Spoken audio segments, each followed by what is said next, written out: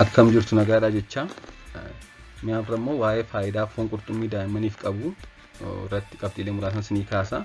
Akkasumas immoo garaagarummaa foon qurxummii fi zayita qurxummii yookaan yaasaa zayita yookaan fish oil jedhamu kana yeroo hedduun maatiin hedduun zayita qurxummii yookaan yaasaa zayita jedhamu kana daa'immaniif kennu.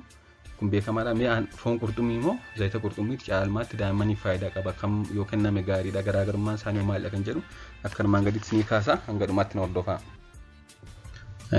Umurii ji'a 6 booda daa'immaniif torbanitti guyyaa tokko yookaan 2 osoo nyaata foon qurxummii qabu kennineefi gaariidha. Nyaata foon qurxummii kuni akkuma foon biroo daakamuun nyaata daa'imman nyaatanitti makamee yoo bilchaatee kenname gaariidha. Mee faayidaawwan foon qurxummii daa'immaniif kennu keessa isaan gurguddoo ilaalle, inni jalqabaan hanga pirootinii hedduu ta'e waan qabuuf guddina qaamaa daa'immaniif gaariidha. Akkuma beekamu daa'imman umrii ijoollummaatti ariitiidhaan guddatu, qaamni isaanii, ulfaatinni qaama isaanii, dheerinni qaama isaanii. Kanaaf yeroo kanatti immoo pirootinii isaan barbaachisa. Pirootinii qaama isaanii ijaaru. Kanaaf egaa qurxummiin hanga pirootinii hedduu waan qabuuf qaama isaanii ijaaruuf guddina isaaniif baay'ee fayyada jechuudha. Inni lammaffaan wanta omeegaa 3 jedhamu kan guddina sammuu fi akkasumas kan guddina fayyummaa ija isaaniif gargaaru hedduu qaba. Omeegaa 3 guddina sammuu daa'immaniif baay'ee faayidaa hedduu qaba. Hanga ji'a 6tti almost hanga ji'a 1tti aannan haadhaa keessaa hin argatu. Aannan harma haadhaa keessaa waggaa tokko booddee garuu foon qurxummii argachuun barbaachisaadha jechuudha. Omeegaa 3 kun guddina daa'immaniif dandeettii sammuu daa'immanii cimsuuf hedduu gargaara.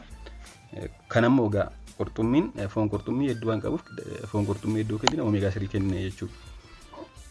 Inni sadaffaan mineraalota kanneen akka ayoodiinii waan qabuuf hormoonii qaama namaaf hedduu barbaachisu kan taayirood hormoon jedhamu oomishuuf ni fayyada.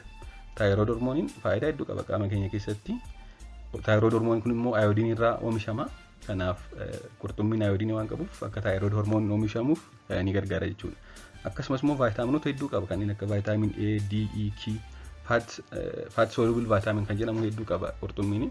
Kanaaf vaayitaaminonni kun immoo qaama daa'immanii keessatti faayidaa adda addaaf waan oolaniif egaa foon qurxummii daa'immaniif kennu vaayitaaminota kanatis kennuuf jechuudha. Akkasumas immoo mineraalota akka kaalsiyeemii fi seleeniyeemii waan qabuuf fayyummaa onneef akkasumas immoo jabina lafeef faayidaa hedduu qaba. Kaalsiyeemiin jabina lafeef hedduu fayyada. Seleeniyeemiin immoo fayyummaa onneef hedduu faayidaa qaba. Kana malees mineraalota fi vaayitaaminota biroo hedduu qaba foon qurxummii. Kanaaf egaa foon qurxummii daa'immaniif kennu faayidaa hedduu qaba jechuudha. Mee garaagarummaa foon qurxummii fi zayita qurxummii yookaan yaasa zayita jedhamu kana ilaallu. Kamtirra faayidaa qaba jennee ilaallu. Zayitni qurxummii wanta omeegaa 3 kan jedhamu kan guddina sammuu fi fayyummaa ijaaf gargaaru hedduu caalmaan qaba. Qabiyyeen isaanii guddaan zayitni qurxummii omeegaa 3dha jechuudha. Omeegaan 3 kun akkuma jenne guddina sammuu fi fayyummaa ijaaf faayidaa hedduu qaba jechuudha. Irra caalmaan wanta kana qofa qaba jechuudha zayitni qurxummii. Foon qurxummii immoo wanta zayitni qurxummii kun qabu foon qurxummii qaba omeegaa 3 kana.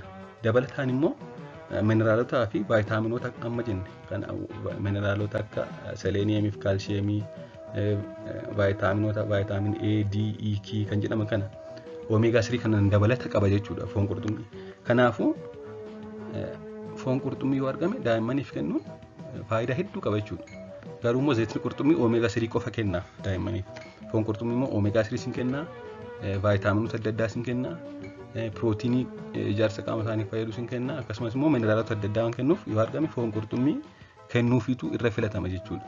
Yoo foon qurxummii dhibe garuu yoo foon qurxummii kan argatan ta'e daa'imman zayitni qurxummii kun suuqii adda addaa irraa bakka adda addaatti waan argamuuf zayita qurxummii kennuun gaariidha jechuudha.